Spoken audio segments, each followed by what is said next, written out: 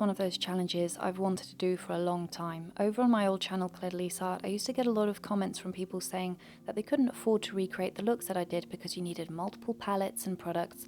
And this was always something that I found very frustrating because I want to be able to show that you can create a wide variety of looks with just 15 products or less.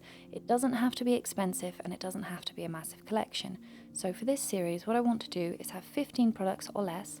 I'm starting off with 13 so that I have the option to add 2 at a later date, and I want to start off with something wearable but not too boring. I don't really want to start this series off with a red lip and winged eyeliner. That's just, let's try something a little bit different. I've already applied lip balm on my lips and on my eyebrows, and the reason for this is I don't like the crunchy feeling of brow gel, so I use lip balm instead, and I also like that it's really good for the hair growth there. And then I use skin oil, but you could also use a moisturizer.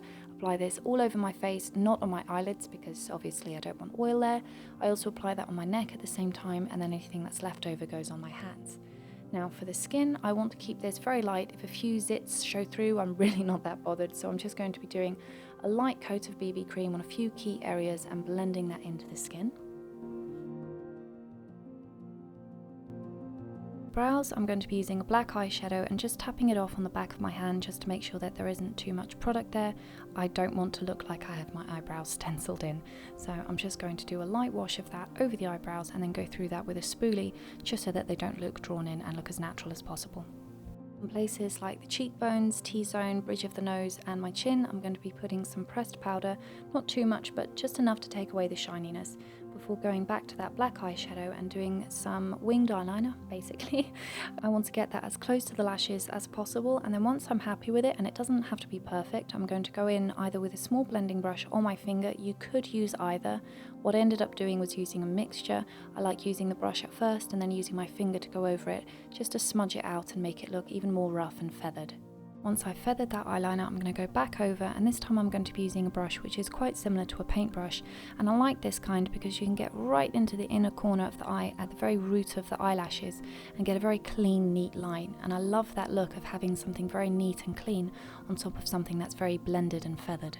Now for lash colours, even though I do have the normal eyelash colours most people have seen, I've got a pair that look a little bit like toenail clippers, but I like these because it means that I can get those really annoying little lashes in the very inner corner of the eye that normal lash colours just can't get. And just because I want that eyeliner to be as neat and clean as possible, after that I want to tightline, and to do this you need to stare at your mirror as hard as you can, and then you're going to work that brush right into the root of the lashes, but from the underneath instead of from the top, the way that you would normally do if you were drawing on some eyeliner. Now for the lips, I'm going to be using a combination of the 2 lipsticks that I want to use in this challenge. One which is a dusty rose colour, and that's a colour which is slightly darker than my own natural lip colour. I'm also going to be using it as blush on the cheeks and then going over it with a pressed powder, because if you just go straight onto the cheeks with a lipstick, it can have a bit of a cream blush effect. And today that isn't the kind of look that I'm going for. I want something a bit more matte. On the upper lid I want a little bit of shimmer, so I'm going to be using the pink shade on the highlighter pan, and I'm just going to dab this onto the skin. If you want to make this really intense and vibrant, then you can really layer it in, but I'm just going to tap so that I get a light wash and it's not too obvious. And then going back to the lips, I'm going to be using a colour which is a red if you apply it very thickly, but more of a fuchsia if you blend it out and apply it lightly. I'm going to be putting that on the outer corner on the lower lips, and then a bit more in an upside down C shape on the upper lip and blending it out before applying mascara. If sometimes your lashes tend to clump a little bit together when you're applying the mascara, there are 2 different things you can do. You can either just go through it with a spoolie, but what I like to do just to make sure that I can go through every single hair and make sure that there are no clumps is just put a little piece of paper behind the lashes and then go through it with a spoolie, and it means you can be much neater and it's like brushing your hair, except it's your eyelashes. If I've got any fallout from the eyeliner or the mascara, I'm going to rub that away and then cover up anything that I might want some more coverage.